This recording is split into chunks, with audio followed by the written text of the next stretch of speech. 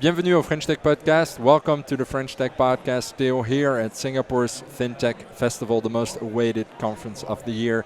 Very happy to be sitting down with Maud from Passerelles Numériques. Can I please ask you to quickly introduce yourself, Maud? Sure. Hi. Hello, Nicolas. I'm Maud from Passerelles Numériques, so I'm the Asia director of this non-profit. A personal introduction that I've been a former consultant and also involved in this non-profit area for 15 years. 4 years ago, I dropped consulting in France and decided to reach PN, as we call it, Passerelles Numériques, digital bridges in French, to join the operations here and contribute to more impact and hopefully more success for the organization. So, I'm based in Cambodia. Are you based in Cambodia? Yeah. Fantastic. Yeah. So some of our viewers might not necessarily be familiar with Passerelles Numériques. Sure. So I could ask you to explain your mission statement and what it is that you do here in Southeast Asia. Sure. Thank you. Well, Passerelles Numériques has been operating for 15 years in Southeast Asia, and the mission of PN is digital employability for the underserved, specifically of Cambodia, Vietnam, and Philippines, because that's where we operate today. Right. Our objective is to sustainably contribute for those persons to break the circle of poverty. That's the mission we have. We believe that with the appropriate training, anyone can learn. We believe anyone can have access, should have access to education.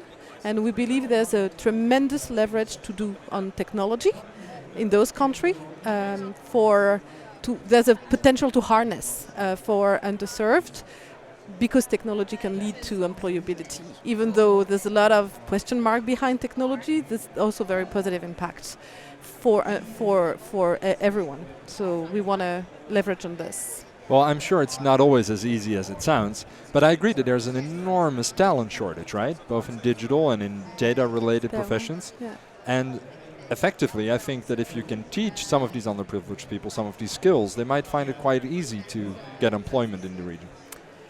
Actually, yes, there's a huge shortage, exactly.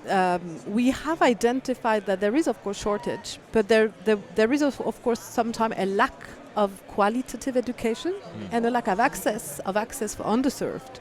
So that's all those aspects we're trying to build a bridge to fill the gap. Shortage of resources, quality of education, and difficulty of access for underserved. That's the three areas where we try to make a difference. So what are some of the major pain points when you talk about difficulty of access? I would say poverty, the first one. I mean, the students that join our programs, 2 to 3 year programs, according to countries. Just for you to know, we train in IT, which means software developer, web developer, just to be concrete, system and network administrators, right? So we train in Phnom Penh, Cebu for the Philippines, Da Nang in Vietnam, so cities, right, where the employability is right now. So just first of all, geography is a gap. I mean, geography is an obstacle. Just a very basic one. The selection takes part in all the provinces of Cambodia. 85% of the students that we intake come from rural areas of Cambodia, Philippines, and Vietnam. So they wouldn't even know about the opportunity. They wouldn't even know that they can do it. First step. Second, then they wouldn't have the financial leverage to do it because it's the city, it's far, it's long. Their schedule, sometimes they struggle to achieve grade 12.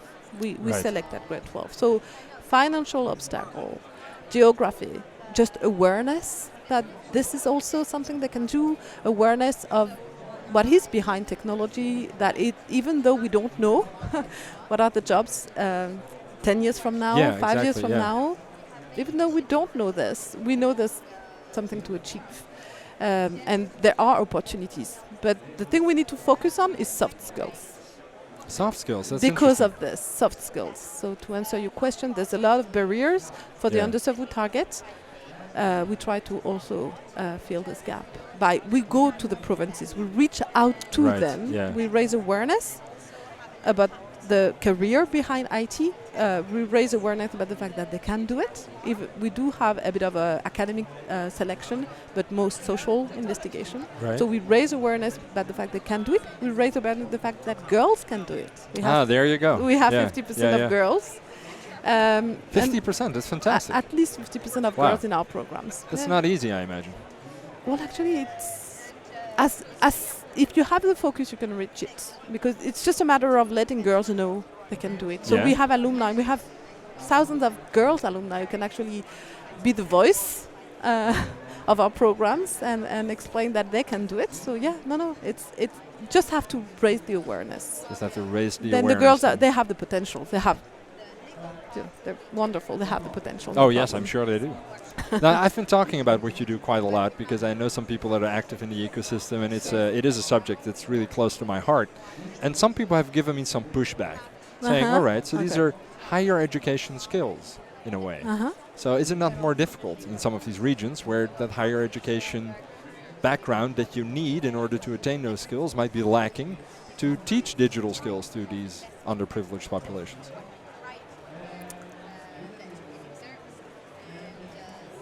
It depends what you target. We're not targeting engineers. Right. Obviously. So it's not a matter. It's just a matter of identifying the potential once again with the right environments and the proper talent. I mean, Yeah. of course, like anywhere else, not everybody is good. Is good at IT. You Right, need right. to have a proper logical approach. So we do have. That's what I said just before. We do have a bit of academic criteria Right. because we don't want. I mean, we don't want to create false opportunities for students, and we don't want to create actually dropouts. So we do Yeah, have yeah. selection in mathematics, All right. computational thinking, which is a bit of logics Yeah. actually, and English. We actually try to fine-tune the selection so it's not too high, not too low. So we really try to identify the minimum skills or potential, I would say, in those three areas. This is our experience, and based on this, then we have social investigation. But Right. based on this, we believe that there is a talent for IT. Then the thing we don't really manage is potential. Yes, of course. But whatever, I think I don't mind. Yeah. If we have a student who is studying IT, wants to start a career in IT and then do something else, that's not my. I mean, it's his Yeah. choice. What we want to have is, we want to provide an ability to be free in the choice students have. So, yes, I think you can actually. We don't have such a challenge to train in IT as long as you have the right potential identified, and then the right learning environment.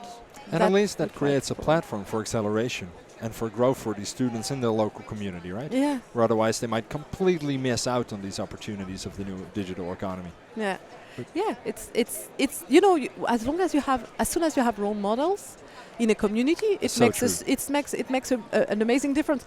I can't count the number of students who actually join our information session, the first step of our selection process. Yeah. They join information session in the rural areas, in the village, and they say, "Oh, a friend of mine told me about PN, or a friend of mine is a PN alumni." Oh, wow. So I can do it, and I've just learned I could do it. Which as long as it's the first step that you need. People need to know it's available. Yeah.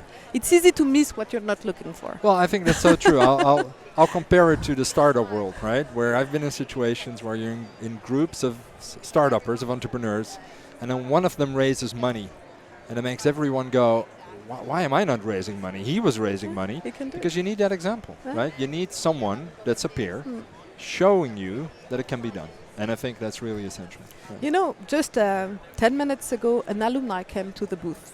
Oh, She was Yeah. traveling. Yeah. She said, "Oh, hey, teacher." She is an alumni from Persat area in Cambodia. Persat area is far, far west to close to the Thai border. So she's so far from Phnom Penh.